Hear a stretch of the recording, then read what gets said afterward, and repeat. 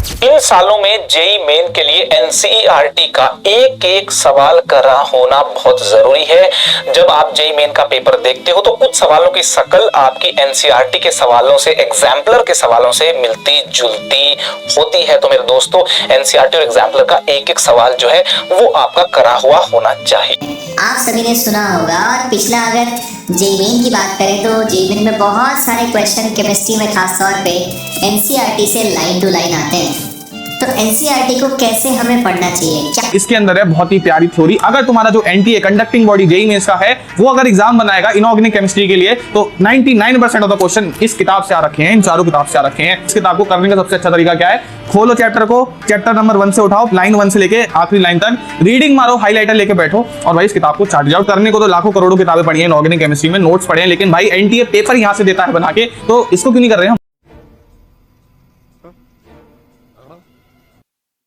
तो इस पीडीएफ में जाने से पहले सबसे पहले तो इस पीडीएफ में तुम्हें क्या क्या है और कैसे कैसे उसे यूज़ करना है, हर चैप्टर के सारे इम्पॉर्टेंट हाइलाइटेड पॉइंट्स तुम यहाँ पे देख रहे हो। सारी मैंने इम्पॉर्टेंट लाइंस अंडरलाइन कर दी है।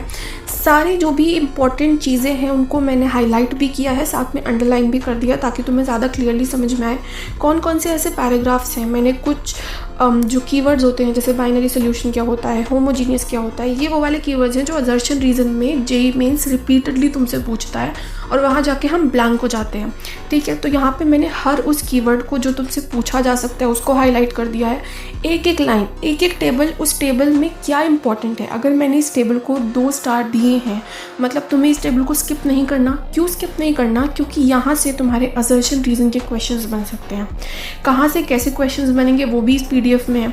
इस टेबल से असर्शन रीजन के क्वेश्चंस आ सकते हैं, ये तुमने यहाँ पे देख लिया। Coming to next paragraph, again पूरे पैराग्राफ में जो भी इंपॉर्टेंट लाइंस हैं, तुम्हें पूरा पैराग्राफ नहीं पढ़ना है, तुम्हें सिर्फ इन लाइंस को पढ़ना है। तुम एक लाइन को रफली देखोगे, क्या करना है, जैसे तुम पीडीएफ मिलेगा, तुमने इस लाइन को देखा, तुमने इस पैराग्राफ को देखा, अच्छा इसमें ये वाली एक लाइन है जो हाईलाइटेड है, इस लाइन को तुमने रफली पढ़ा कि जैसे मैं अगर तुम्हें एक पढ़ के दिखाऊं, so qualitatively we can say that solution is dilute. अगर ये लाइन असर्शन रीजन में तुम्हारे एग्जाम वाले दिन तुम्हारी शिफ्ट में आती है तो क्या तुम इस लाइन को जानते हो? क्या तुम्हें ये लाइन आती है?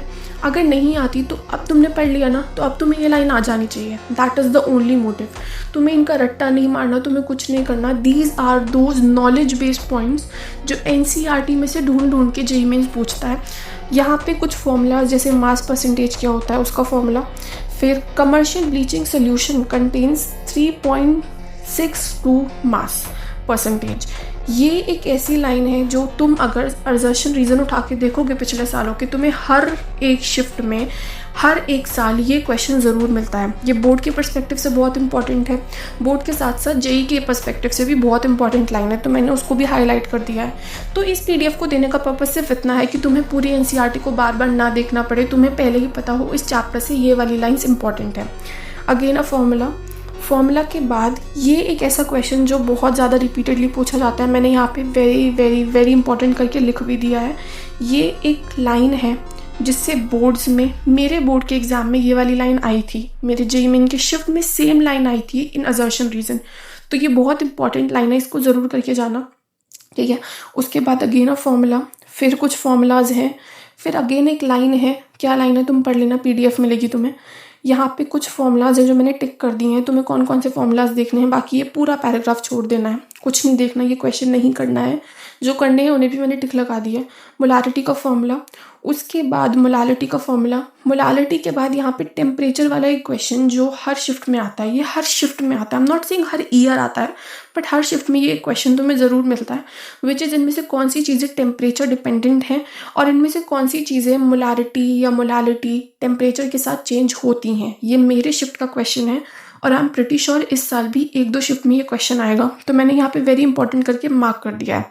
ठीक है, उसके बाद कुछ इंटेक्स क्वेश्चंस हैं जिनमें कुछ ऐसी चीज़ें हैं जो तुम्हें आनी चाहिए निकालनी। जैसे मैंने इस पूरे क्वेश्चन को हाईलाइट नहीं किया, तुम्हें सिर्फ इतना देखना है कि अगर क्वेश्चन आता है कैलकुलेट मास परसेंटेज, तुम्हें मास परसेंटेज आता है, कैसे कैलकुलेट करना है, क्या होता है, उसके बारे में सब कुछ आता है। नहीं आता तो अपने नोट्स को देखो। That is the only purpose कि ये चीज़ें हैं एनसीईआरटी से में पूछे जाने वाली और क्या तुम्हें वो चीज़ें आती हैं या नहीं। सिमिलरली मोल फ्रैक्शन निकालना, मोलारिटी निकालना। और ये एक क्वेश्चन है जो तुम्हें सॉल्व करना है। ये मैंने क्यों टिक करा है, क्योंकि इस क्वेश्चन में है 3 पार्ट्स। जब तुम तीनों पार्ट्स को सॉल्व कर लोगे तो इसके ऊपर वाला जितना भी है ना तुम्हारा सब कवर हो जाएगा। तो ये क्वेश्चन है। फिर सॉल्यूबिलिटी से तुम्हें पता ही है, असर्शन रीजन सबसे ज़्यादा यहीं से आते हैं इस चैप्टर में।